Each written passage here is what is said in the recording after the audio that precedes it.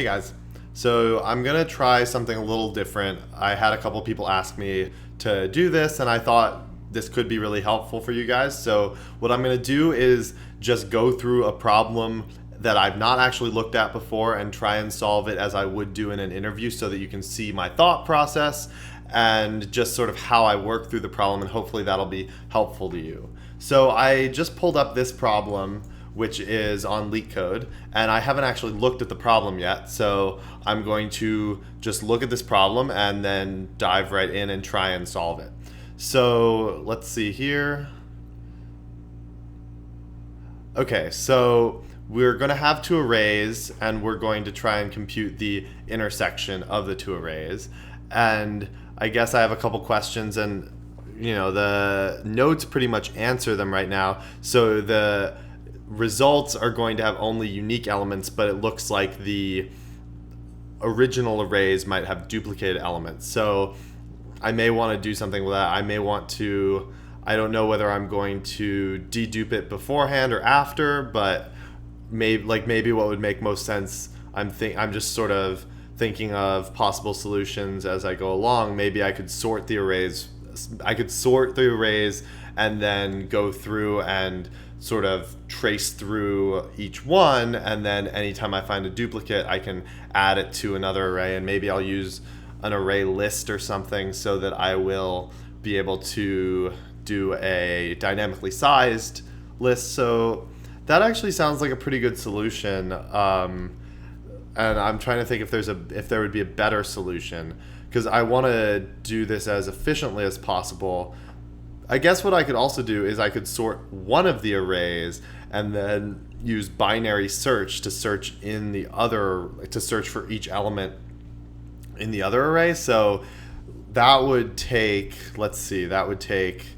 well, clearly the arrays don't have to be the same length. So that's, an interesting sort of for computing the time complexity. But I would have, let's see. So let's imagine that, let me actually copy this and I can, play around with it a little bit. So we have these two arrays, and then let's say I were to sort the first one. So I could end up with 1, 1, 2, 2 like this, and 2, 2, and then I can go through each element of this second one and do a binary search in the first one. So I'm gonna, for time complexity, I'm gonna assume that the arrays are the same length, although it certainly could be worse than that depending on the way that it's done. But so in this case, it would take n time. So I'd say this is n long and this is n long. So it would take n times log n for the binary search, right? So n log n time to search for that. And then the alternative that I was thinking about is that I could sort both of them, and I could do it, and that would take n log n to sort each one, and then it would take n to do, basically I would do one pass through the arrays, and I would do I'd have a pointer to the beginning of each one, and then whichever was smaller, I would increment basically. And so the pointers would sort of go together, and then I would have I would have this pointer here and this pointer here, and then, these are not equal, and this one is smaller. So I would go here, then I would go here, and then I would see that they are equal. So I would, add this to my result array. And I could also do something, I can avoid duplicates here by just saying each time I increment the pointer, I don't just increment by 1, but I actually would keep going until I get to a different value, so like a larger value. So that actually, and so how this is going to take, it's n log n time for the sorting, and I can just use the arrays sort method in Java. So that'll actually make my life easier. And then I can do and then it's going to take n time to traverse it, so it's going to be big O of n log n, which is really not, it's the same as the other, and in the case of doing binary search, I'm gonna have to actually either implement the search or remember how to do the search, and I don't actually remember the notation for that in Java. So I think this method seems a little bit simpler, and it's also pretty easy to remove the duplicates. So I think I'm going to do this, and let me just sketch out some pseudocode for this. So it's going to be like, what is it? I mean, I guess Leetcode calls it solution. So I'll just do that, and it's going to take in int array A and an int array B, and then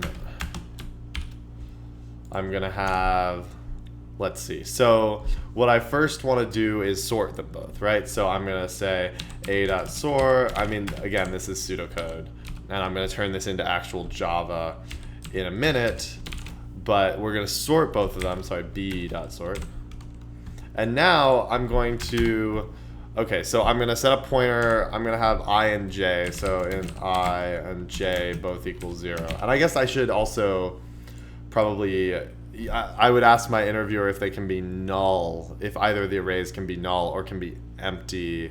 In this case, I guess I could just, I don't know that it says what to expect here. So I'm going to say if A equals null or B equals null, or either of them is empty, then I'm just, if either of them is empty, then there's no intersection, so I can just skip ahead.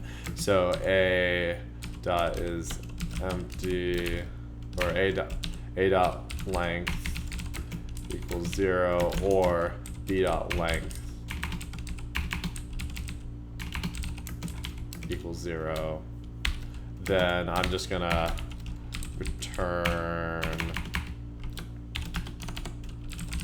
I guess I just return an empty array, right? So new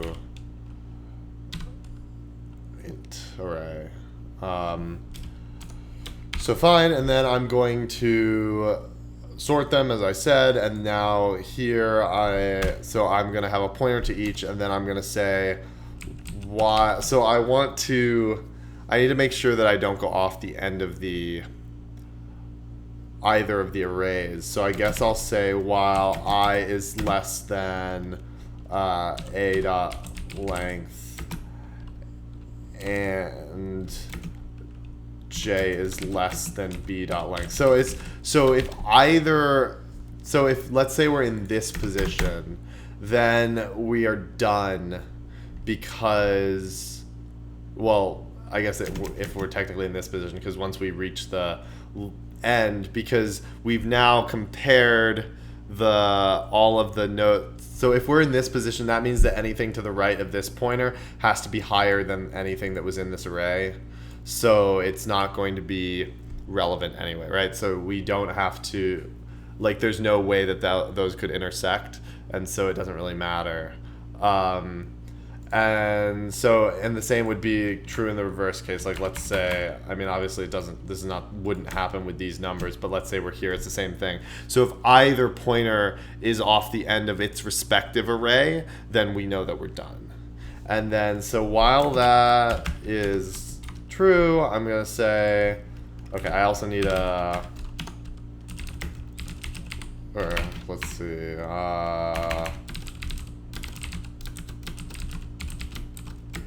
result, so that's going to be a new array list.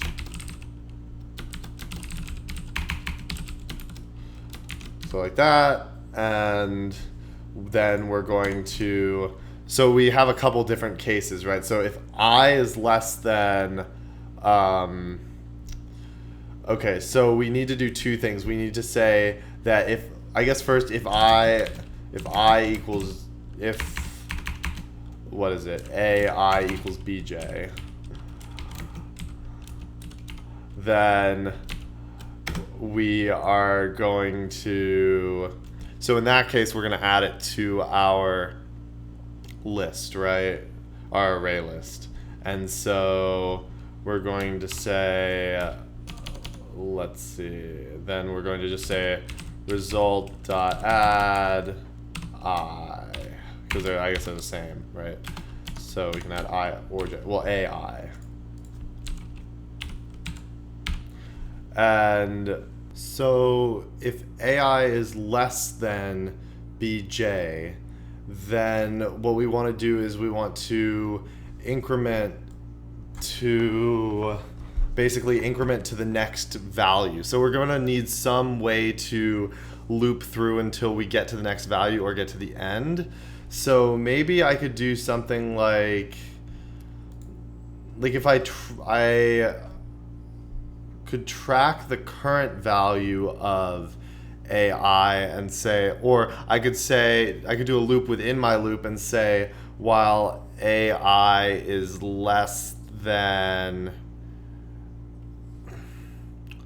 I could do it in my loop. I could compare to the next or the previous one. Because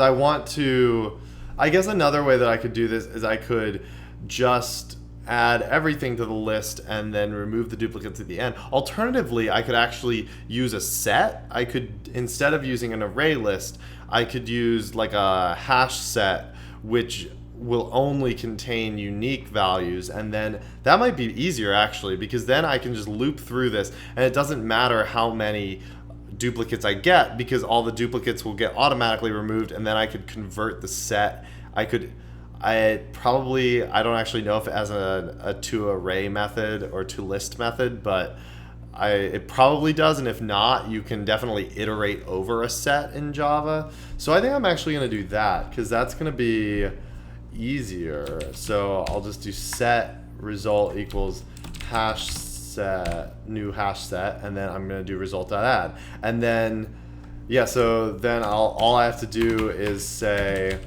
else if AI is, so if AI is less than bj, then I'm going to say I++, and otherwise j is, I'm going to increment j, right? So I'm going to do j++, and I would, at this point, I would probably just, honestly, I would ask my interviewer whether they know if there's a toArray method in the set, or like, because it's just a Java notational thing that I don't remember. So in this case, I'm going to assume there is, and I'm just going to say return result.toArray or something like that, because if not, I know that it would be trivial to do the conversion otherwise, so I'm not going to worry about that. And this is somewhat code-like, but I do need to actually convert this into real code. And also, this would be a good point. I would ask my interviewer if they think this looks good and I should start writing code, or if they see any problems with it. I think it's good to engage with your interviewer a little bit, or you could ask them if this seems like a reasonable approach. I think this looks pretty good, just to check. So if either array is null or empty, we're going to return an empty array, or like a new empty array. I guess this should be, well, I guess in this case we should actually, because if it's null, then maybe we want to do something if it's different, if it's null or empty. Because if it's null, then it should maybe return null instead of empty. I mean, that would be another question to ask the interviewer, and I don't know what the expected output is. It doesn't say in the problem anywhere here that I can see, but probably makes sense. I'm going to say that if they're both null, actually, I'm going to return null, and otherwise I'm going to return an empty. So then just if the length is 0, return new 0 length array, right? So I think that makes a little bit more sense, but you could certainly argue it either way, and that's something that I would ask my interviewer about. Then otherwise we sort them, and then we create a new set, and we go through the set, and we say that I and j are both the first element, and then so in this case it would be like We would compare them. I is less than j, so we increment I. Then I is still less than j, so we increment I. And then, oh, see, here's a problem, is when they're equal, we still need to increment one of them, right? Because otherwise, they're just going to stay there forever as long as they're equal. So I think if they're equal, we could actually increment both of them by 1, right? Because if they're equal, then we don't want to do that comparison again. So I'm going to do... You could just increment one of them, and that would still work because eventually you'd get out of this loop. But I'm going to increment both of them because it'll save me, one CPU cycle or something. But okay, so we're going to increment both of them. And otherwise, so if I is less than j, we increment I. In this case, we compare them, then we increment both of them by 1, we compare them. So we added 2 to our set, our result set. And now we're going to add 2 again, but it will deduplicate it. So it's going to find it in the set already and do nothing, which is good.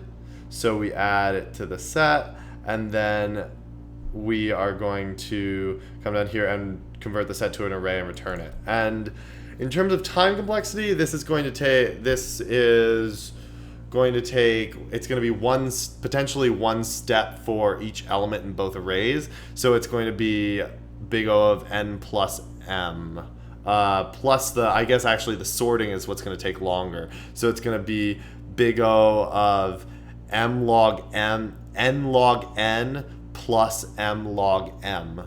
Or big O of n log n if they were both the same length that was n. So if they're different lengths, then it's the big O of the sort of each one added together, and otherwise it's going to be big O of 2. It's going to be big O of 2 n log n or n log n. So okay, let's actually write this code now. So I'm just going to, let's see, I guess I'll do it. I don't really know the best way to do this so you guys can see it, but this should return an array, right? So let's see. I guess we're calling it solution, right? And then it's going to take an int array A and an int array B. And so first this is, I think, basically real code. So let's see. Yeah, this is all actual code.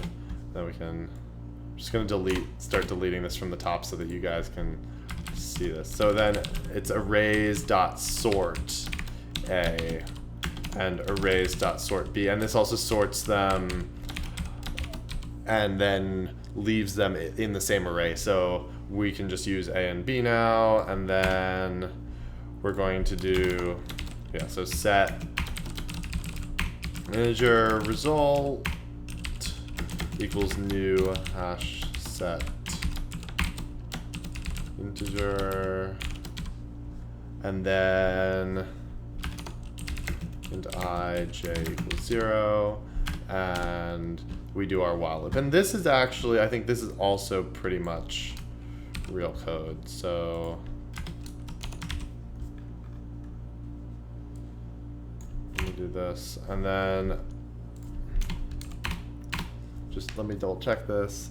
So yeah, I is less than a dot length and j is less than b dot length, and if ai equals bj, then we add it, and otherwise we increment I or j. And this is we're going to terminate this loop because we are always incrementing at least one, if not both of them. And then I'm not convinced about this, but I'm going to leave it in my solution, and I would ask my interviewer, but worst case scenario, this is like a little pseudocodey, but they wouldn't care, or they would tell me, hey, it's actually this is what the method is called, or they would say actually do it manually. So I could do that, and then I would loop through I think you can get an iterator on a set or you can convert it to a list, or there's definitely some relatively easy way to do it, and I'm just not sure off the top of my head. So I guess I sort of ran through this example already. I probably should try another example just to make sure. Let me try this 1, 2, 2, 3, 4, something like this. So let's imagine, I mean, these are in random order, but they would get, I'm gonna check that they're not null or length 0, and then I'm gonna sort them, so we jump in here, and then I'm gonna say so result equals an empty set, and then we're going to say, okay, so I and j equals, these are I, this is I, and this is j, and so I is less than a dot length and j is less than b dot length. So we see 1 here, they are equal, so we add 1 to our set, and we increment these both by 1. Then they are not equal, so we say ai is less than bj, so we increment ai by 1. And now they're equal, so we add 2 to our set. So we add 2 to our set, and then we increment these both by 1. So we get to here, and now they're equal again. So we add 2 to the set again, but 2 is already in the set, so that doesn't actually make any change. And then we increment them both by 1 again. And now we get that this is beyond the length of A, and so we break out, and then we return our result converted to an array. So that's how I would go through this problem basically if I was in an interview. And as you saw, there were a couple points at which I was sort of trying to figure out, oh, what do I think the best way to do this is? And those are all the points at which you should be talking to your interviewer. And the way that I was explaining all this aloud, this is exactly what I would do in an actual interview. So hopefully that gives you a little bit of a better sense of what you should actually do in your interview.